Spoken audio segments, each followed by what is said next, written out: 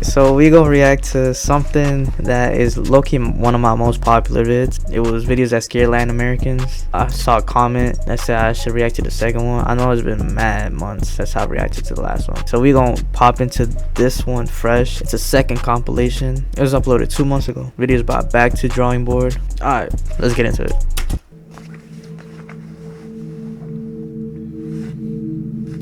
The following video contains content which may disturb.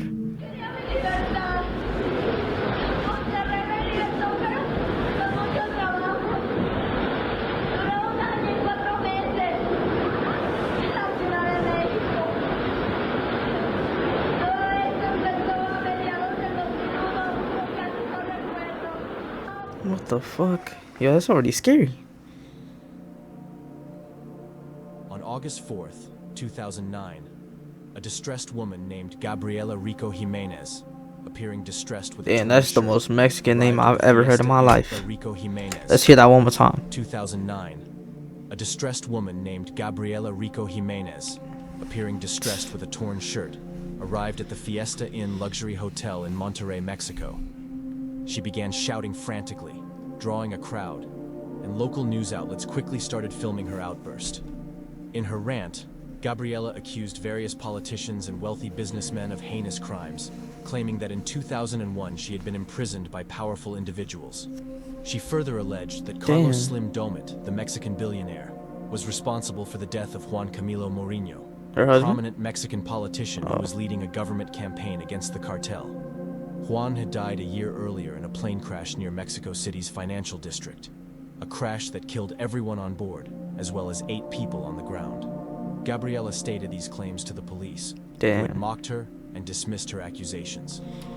The thing is, I mean, I think it's common knowledge. I'm not saying anything new, but the police is definitely working with the other side. But I gotta be careful how I speak, because I'm not trying to get shot up. Yeah, if I don't speak during this segment, you know why. At one point, she even claimed that powerful figures, including world leaders, engaged in eating human flesh. Eventually, what the fuck? Police arrived and took Gabriela away, and she has not been publicly seen since. Oh. After the news broadcast, rumors began to circulate that Gabriela was a well-known model who had appeared in a popular Mexican magazine, which some believed explained why she they dragging ass to powerful people. However, when people began investigating her background, they found no records of her life prior to the hotel incident available on the internet. While some dismissed the video as the result of possible mental health issues or drug use, others speculated that she was telling the truth and that the elites were trying to wipe her existence.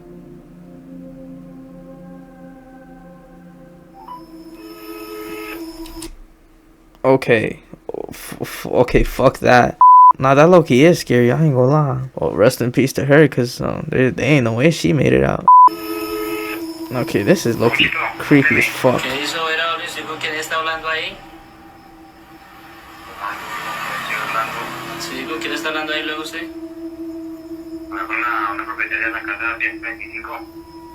Marica, la propietaria de la casa 125 falleció hace como unos 20 días, marica. Sí, no, usted está hablando ahí solo, marica. Lo estoy viendo aquí por la cámara, se está hablando ahí solo. What the fuck? In this next video, a Colombian man named Jason Vera, known on TikTok as Vigilante Protector, was working as a security camera operator at a condo complex when he noticed something strange. On one of the monitors, he saw his co-worker talking to someone, though no one appeared to be there. No way. Curious, Jason called his co-worker and asked who he was speaking with. The co-worker replied, "Mr. Orlando." When Jason asked again, the co-worker confirmed, saying, "The property owner from house 125. At that point, Jason informed him that Mr. Orlando had passed away 20 days earlier. Realizing he was possibly talking to a ghost, the shocked co-worker ran away in fear. Hey, shout out, bro. I'm not gonna lie, but he did the right thing that situation. I'm not gonna hold you. Nah, motherfucker like me, I would have froze up. I'm not even gonna hold you. I would have like dropped the phones. Like I would have hit one of these. Like, no, bro. I couldn't run. Nah, I felt like my feet would have get stuck. I would have felt like I was on quicksand, bro. Did she just moan? Oh shit, she having a panic attack. Yo.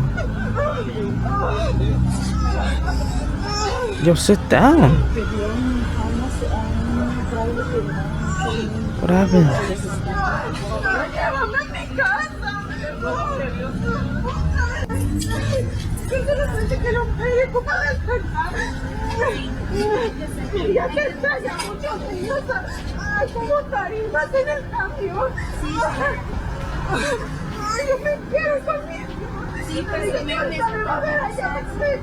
Yeah, give her a chair. Yeah.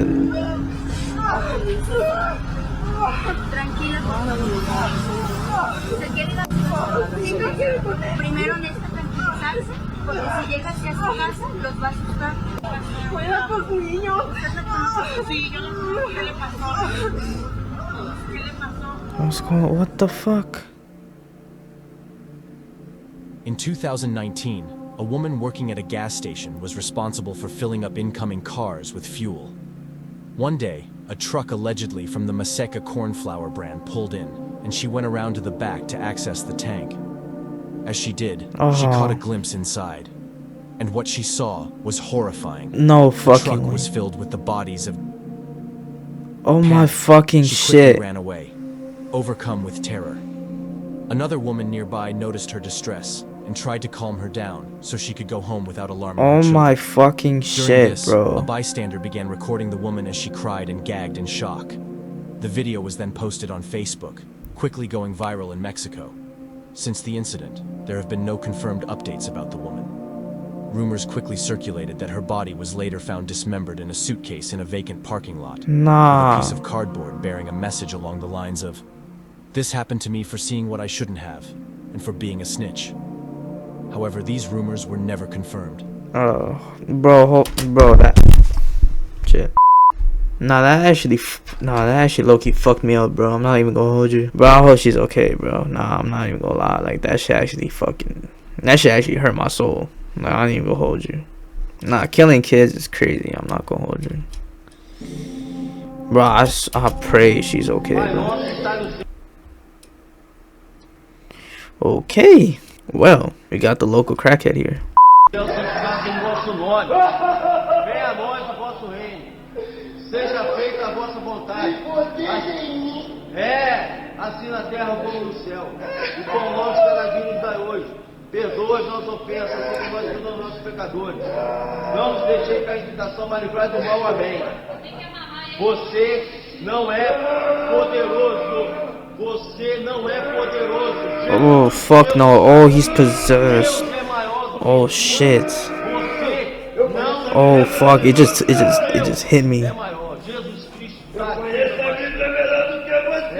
Nah, I rebuke everything. Every negative thing in Jesus' name, bro. Nah, bro. I'm not listening to that shit. Yeah, I got my cross This here. video was recorded by staff at Miguel Couto Hospital in Rio, Brazil, on March 1st, 2017. It shows a man who had been in the face, pacing around the hospital hallways with his body bent backward. You said his shit in the mouth face? open, and blood seeping from the wound. Oh, His eyes shot in the appeared face. wide and dark as he attempted to describe his injury in a strained, raspy voice. Oh Hospital my staff shit. seemed too frightened to approach him, with multiple clips showing doctors and nurses keeping a cautious distance. One of the doctors in the hospital even attempted an exorcism on the man, hoping it would get him to stop. Later, the video was uploaded to sites like LiveLeak and YouTube under the title, "The Joys of Working at Miguel Couto Hospital in Rio," with the caption, "What the fuck? Zombies are real." Viewers speculated that drugs might have influenced his behavior. It remains unclear if he received treatment at the hospital or the extent of his injuries. Nah, bro. That's actually scary, bro. Okay, yo. Oh my gosh, we only 8 minutes in out of the 37. Hold on, bro. I'm not, chill. I don't even think I can make this shit, bro. I'm not gonna lie. Hold up. I gotta read my Bible after this. Nah, I'm not gonna lie. I might have to read a prayer, to y'all, bro. ¿Quién eres? Te están hablando, güey. If something walks. Mira. If Aquí por something la pops casita up. rosa, güey. Aquí por la casita rosa, güey. The fuck was that? Trumpets? Oh shit! I saw that. Madre, güey. No mames, güey. No mames. That's the first thing we say is no mames, way. Oh my gosh. Oh my gosh. El Charro Negro is a legendary figure from Mexican folklore, originating in remote regions of Tlaxcala, Veracruz, Puebla, and Hidalgo, as well as in the outskirts of Mexico City, and even the historic neighborhood of Coyoacan, known for approaching lone travelers and offering them gold coins from a small bag at his Fuck no. waist. However, in most versions of the legend, anyone who accepts his coins soon finds themselves in a pact with him, ultimately trading their soul in exchange. Yeah, hell no, hell no, hell no. This Fuck no, following fuck video, no. recorded by a group of men, is believed by some to capture real footage of an encounter with El Nah. Charro Negro. Nah, I'm not gonna lie. I gotta get right with God, bro. This final video also comes from Mexico and is one of the most popular ghost videos online, originally uploaded around 2006. It features Facundo, a TV show host, filming in a cemetery at around 1:28 a.m.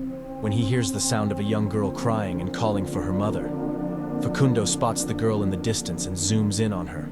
He calls out, asking her name. The girl turns around, revealing glowing eyes that startle him, prompting him to run and call for help as her screams echo in the background. When asked about the video, Facundo insisted it was real but speculated it was likely a prank, maintaining that he doesn't believe in ghosts.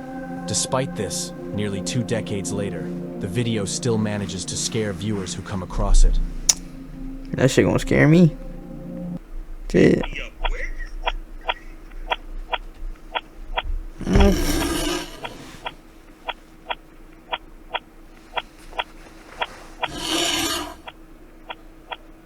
Yo, bitch.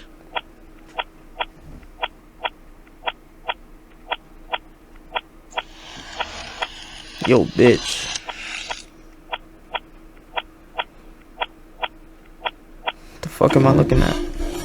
Bro, I'm going on my phone, bro. I'm scared.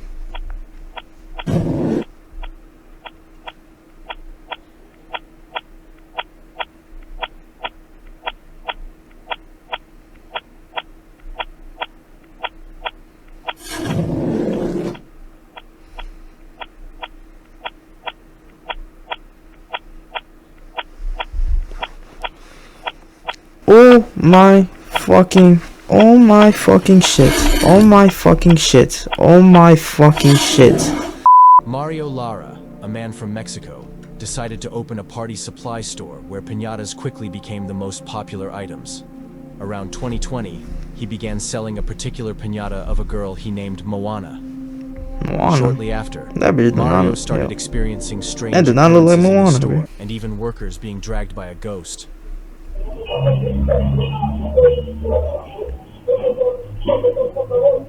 Man.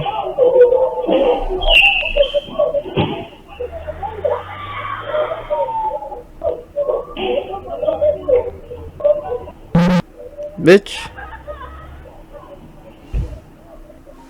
What do you even do in that situation? Oh, yeah, I remember this shit. This one isn't scary, but...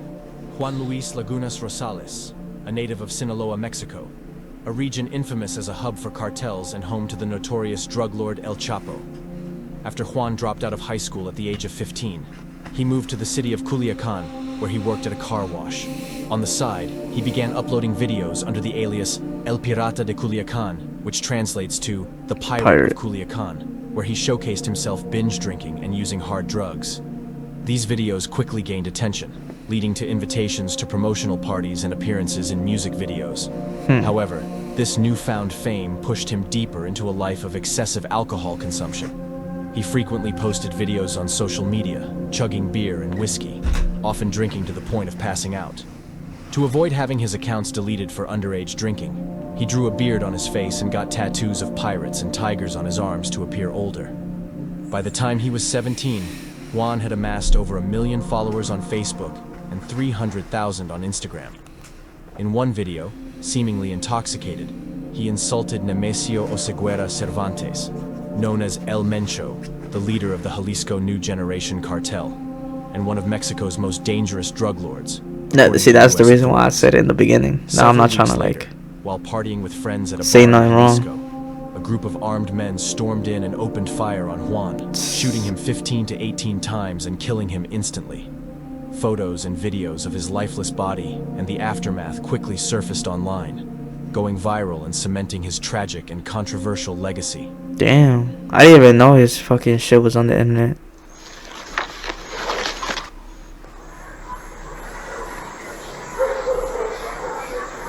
What the fuck am I looking at?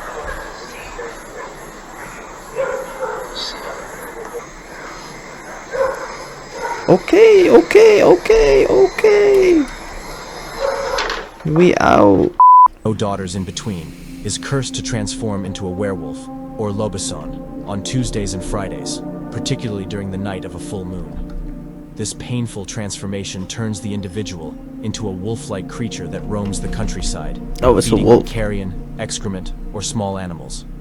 The curse is said to bring misfortune and shame to the family. To counter superstitions that led to the murder of seventh sons, the Argentine government established a tradition in 1920 where the president officially adopts them as godchildren, offering them protection and social acceptance. Here is alleged footage of a real lobisón.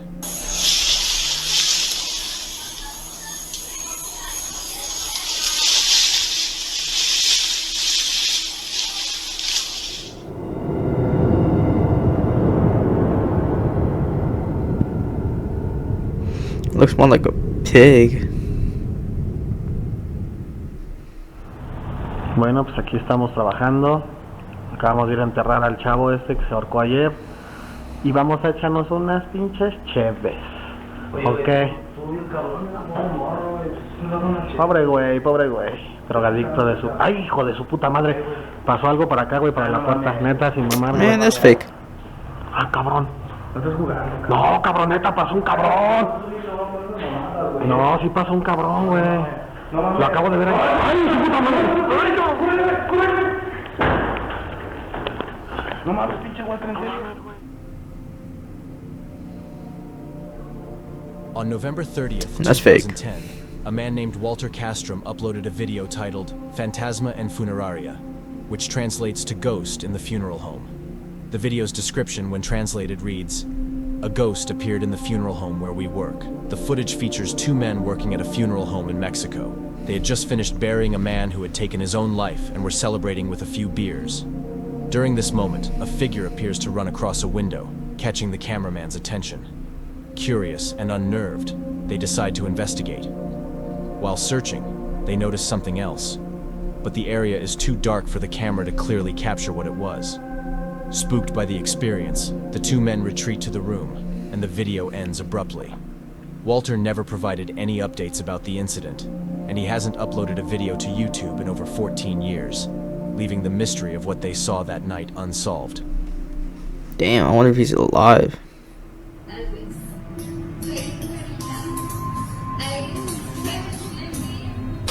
Why is it always dark?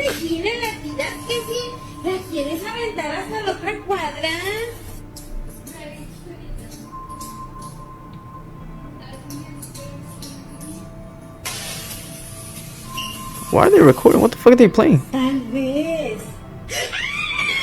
Oh, fuck no.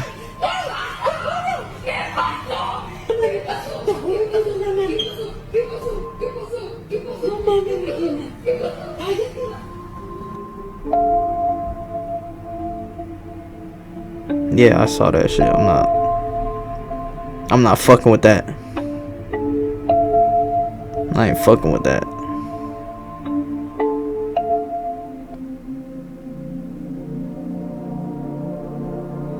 In this final clip, a woman named Sarahi and her daughter Regina are shown playing a Venezuelan coin game they discovered on Facebook called Sarita Sarita.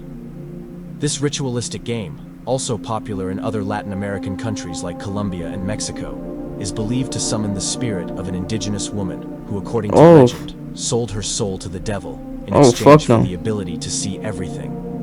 The game involves two players sitting across from each other, inviting Sarita to join by saying, "Sarita, Sarita, can we play?" Each player then tosses a coin in the air. If both coins land on the same side, it signals that the game has begun. In the video, Sarahi and Regina ask to play, and a strange noise in the background startles them. Despite their fear, they continue. Regina asks, "Do my friends envy me?"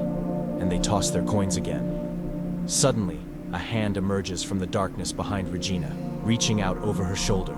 Sarahi screams, and both the mother and daughter flee in terror before the video abruptly ends. I'm not playing that shit. Selena Quintanilla, born on April 16, 1971, in Freeport, Texas, was a groundbreaking Mexican-American singer, songwriter, and fashion icon. Known as the Queen of Tejano music, she rose to fame in the 1990s with hits like Como la Flor and Bidi Bidi Bom Bom. Oh yeah. Latin and I know that pop song. influences seamlessly. In 1991, during a concert in San Antonio, Texas, 30-year-old Yolanda Saldivar developed an intense obsession with Selena. Shortly after, she quit her job as a registered nurse and began contacting Selena's father, Abraham Quintanilla, to propose starting a fan club dedicated to Selena. Once granted permission, the fan club grew to over 1,500 members. Over time, Selena and Yolanda She's fucking formed a pretty. bond. I ain't gonna lie. Selena hired Yolanda to help manage her two clothing boutiques. However, complaints soon surfaced from fan club members and boutique employees about Yolanda's abusive behavior and suspected theft. Abraham launched an investigation and discovered that Yolanda had embezzled $30,000, equivalent to nearly $60,000 today when adjusted for inflation. On March 9, 1995, Selena and her father confronted Yolanda about the missing funds. According to Abraham, Selena was emotional during the confrontation, while Yolanda denied all accusations. Abraham warned Yolanda that the police would become involved if the money was not returned. 2 days later, Yolanda purchased a gun, but returned it after Selena chose to keep her in her life, and even discussed opening another store in Mexico with her help. Despite Selena's forgiveness, Abraham did not trust Yolanda, and had an incident where he kicked her out of one of Selena's studio sessions. Police believe this event contributed to Yolanda's eventual actions. On March 30th, 1995, Yolanda checked into a room at the Days Inn Motel. Around 11 p.m., Selena visited her to retrieve important documents before returning home. Later that night, Yolanda called Selena, claiming she had been assaulted in Mexico. Selena, skeptical of Yolanda's story, drove alone the next morning to pick her up and took her to a hospital. Doctors found no evidence of an assault, and Selena told them she believed Yolanda was lying. Afterward, Selena drove Yolanda back to the motel, where the two women reportedly had a heated argument. During the confrontation, Selena officially ended their relationship and fired Yolanda from her fan club and boutiques. The argument escalated when Yolanda pulled out a gun and shot Selena in the shoulder. Despite her injury, Selena managed to run to the motel lobby, where witnesses saw Yolanda chasing her with the gun. Selena identified Yolanda Saldivar and her room number 158 before collapsing. Selena was rushed to the hospital but tragically passed away at the age of 23 after the bullet severed an artery. Yolanda engaged in a nearly 10-hour standoff with police before being arrested. She was later sentenced to life in prison with the possibility of parole after 30 years. The fuck? Here is the 911 call from the day Selena was shot. What is your location? Days Inn Motel. It's 901 Navigation Boulevard. What's wrong, ma'am? We have a woman ran in the lobby, said she's been shot. She's laying on the floor and there's blood. Okay. Where are you? How old is she? She looks about 20. Okay, who shot her? Where is it? She's in the lobby right now? Yes, ma'am. She just passed out. Okay. I already have to call in. I think you need to send a police unit, too.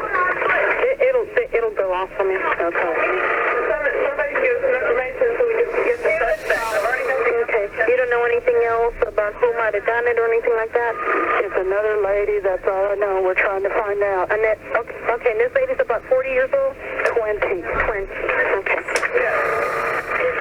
Yolanda? She's a suspect? Oh, okay, ma'am. Thank you. 911 emergency. emergency? We need a police officer. Someone's been shot over here at Navigation, Days Inn. At Days Inn? Yes. Okay, what room number? Huh? What room number? She's out here in the parking lot, 158. Okay, who shot her? The lady in 158 shot the lady over here. Okay, is the lady in 158 still there? I don't know. They shot somebody. She's taking off. She's with a vehicle on foot? She's in a vehicle on foot. They don't know. Well, we need somebody can give us some information so we can get the suspect. I've already got the ambulance and the police over there. They're en route. I need a car. I need a race car. What does she look like? Her name? Yes. Yolanda. Yolanda? She's a suspect? Yes, ma'am. What's her last name? S-A-L-D-I-V-I-A. S-A-L-D. She's with Selena Incorporated, the lady from the singer. Okay, but where did she go? Do you know if she ran out? Which way she ran? What is she wearing? Yeah, we've already got the police and the ambulance en route over there, but if somebody can give me some information, we can catch her. She can't tell me nothing. The lady that shot's laying here on the floor. Okay, where did she get shot at? What part of her body? Part of the body that she... that's Teresa on the phone. Yeah. What part of the body did she get shot at? In her back. In the back. Yeah. Okay, if y'all come across any information about the suspect, you call me right back, okay? Yes. All right, bye-bye. Oh my shit.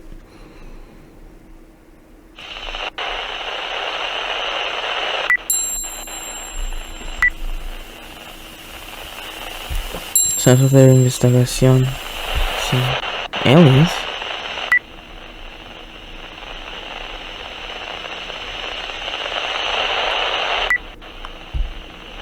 What the fuck is that?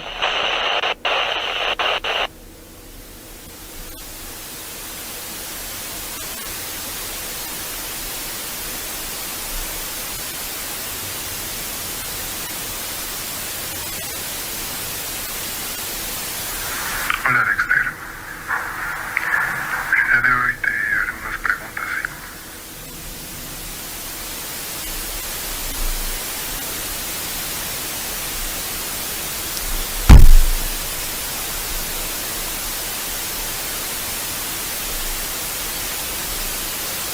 What the fuck is this goat?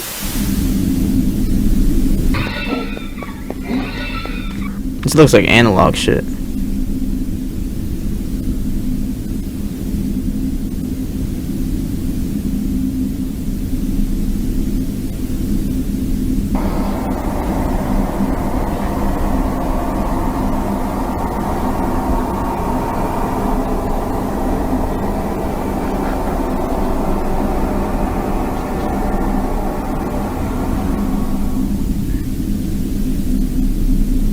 What the fuck is this?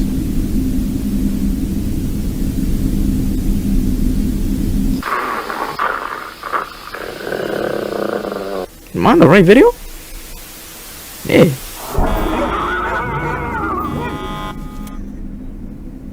I'm gonna need you to explain this, bro. EXP Goat is a YouTube channel launched on January 8, 2023 that has rapidly gained popularity, now boasting 18.2 thousand subscribers. The channel offers a mix of English and Spanish horror content, including short films and analog horror videos. The most popular content on the channel revolves around an analog horror series featuring a mysterious white dog named Dexter. Dexter makes his first appearance in the video Experimento 2 Dexter, where he is described as a tall, thin, white dog with an anthropomorphic body. The video reveals that Dexter is blocking the efforts of the Alternative Scientific Research Center, CICA, to use portals for traveling between alternate realities. The next two parts of Dexter's story show an experiment in which a test subject successfully enters another dimension, but is ultimately killed by Dexter. The series then takes a bizarre turn, with the following 3 Dexter videos consisting of short clips, each less than a minute long, showing Dexter eating cereal and a deer. If you have a theory about what these cryptic videos mean, let us know in the comments. I have no idea what the fuck that means. That shit's weird. They're weird as fuck for showing that shit too.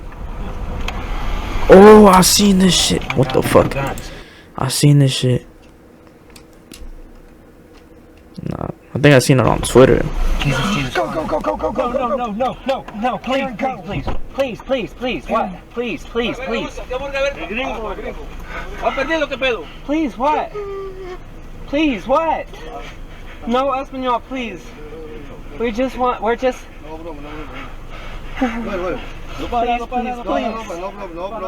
I'm not gonna lie, I feel like the main reason they got out of that was because they were white. They were tourists.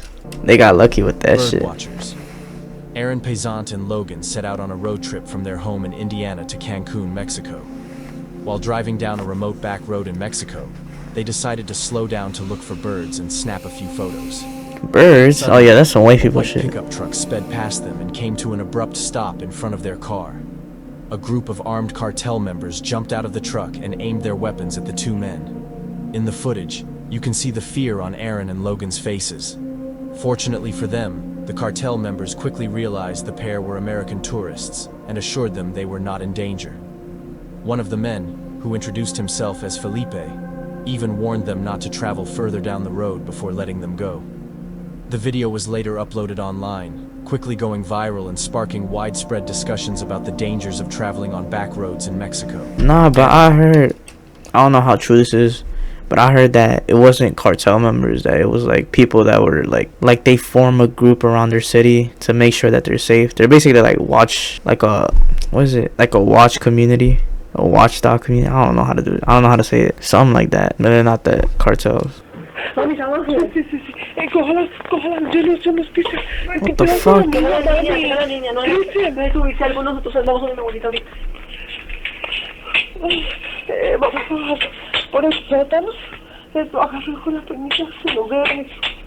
El nombre de Jesús. No, espere, yo no quiero bajar solo. Bájale todo. Baje, pero dame la luz. ¿No era el propio? Sí,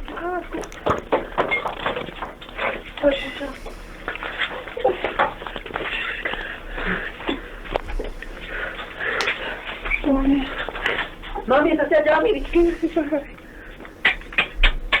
Le acerco la cámara. Nosotros no está por allá. Vamos. ¿Qué peligro eso? No, por eso voy a acercarla. En el nombre de Jesús. Ya déjenos en paz. En el nombre de Jesús.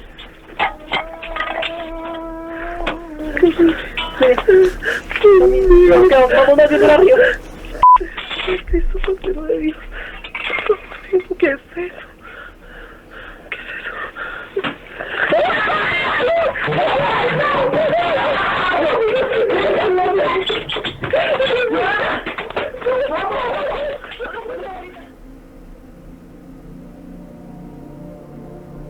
This next video, recorded on March 30th, 2015, in Bogota, Colombia, captures a chilling encounter.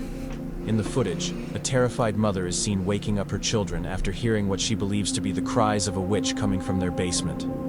The family tries to scare it away by banging a metal pole against the wall, but their efforts are unsuccessful. Determined to confront the source of the noise, the mother ventures downstairs with two of her sons. As they search the basement, they spot the shadowy figure of the witch moving in a corner. Suddenly, the lights go out, and the family retreats upstairs in fear. The video ends abruptly with no update ever given. Nah.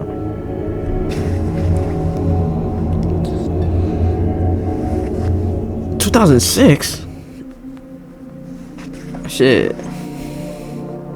On May 17th, 2006, a man by the name of Geronimo Flores, who was in a UFO group, was in Monterrey, Mexico, when he spotted what he believed to be a witch riding a broomstick over a mountain, and he captured it on camera. People who viewed the video were skeptical of Geronimo and assumed that he faked the video with the help of his UFO group. But he assured them that the group didn't fake it, and even had a police officer vouch for them, saying that he saw a cloaked figure flying over the mountains. While the viewers that weren't skeptical about the video believed it due to Monterrey being known as a hotspot for cryptids and paranormal activity. Geronimo then sent the video to The Primer Impacto, a popular news TV show that is known for covering strange and shocking topics. Oh, that was it? Oh, thank God we're done. I'm glad I'm done with that shit. Nah, that shit was low-key creepy as fuck. Oh fuck yeah, we was talking about this. I feel so bad because she saw a truck full of dead kids, and the fact that she also has kids. Can you imagine how she felt when she saw the truck in the moment? It's honestly so sad. And something happens to a distant cousin of mine, but eventually he ended up joining the Mexican army. About the lady that saw the trailer container, I just remember that she had contacted authorities and that she was pronounced dead, but was actually helped by the government and was given a new identity in a different location of Mexico or country, not too sure. I just hope she's alive, bro. And I hope the government did help her. Give her a new name, start a new life. 'Cause I ain't gonna lie, bro. And that shit is weird.